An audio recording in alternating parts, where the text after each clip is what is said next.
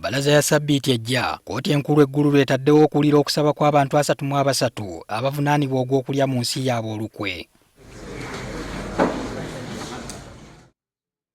Bano okuli ababaka Robert Kyagulanyi, Paul Mwiru, Gerald Karuhanga n'omubaka wa munisipaali ya Arua omulonde Kasiano Wadri bakwatibwa mu buvuyo obweyolekera ku lunaku olusembayo mu kuwenja akalulu k'omubaka wa munisipaali ya Arua.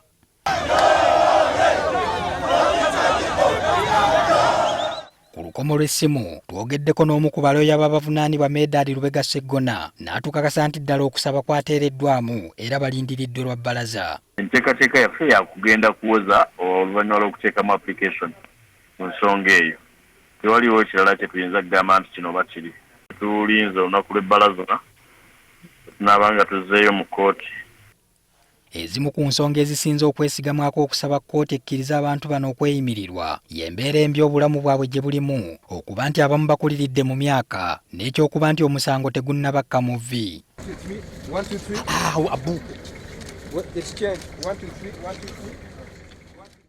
Munnamateeka Seggona tumubuuzizza ne ku nsonga y'omubaka Robert Kyagulanyi okufuna obujjanjabi we kutuuse. Omulimu gwaffe gwali gwa kusaba kkooti ekkiriza omusawo we okusobola okumuwa akusesinga mu kebere olwali lwakuna tetumanyi biki byabaddewo olwokutaano n'olwomukaaga olwaleero naye nga balwayaza omulimu gwaffe twamala ogwo tugamba kati kigadde katukirekere famire kujjako ng'etutegeezezza nti nno balemereddwa tulabe ate kyetuyinza okuzzaako.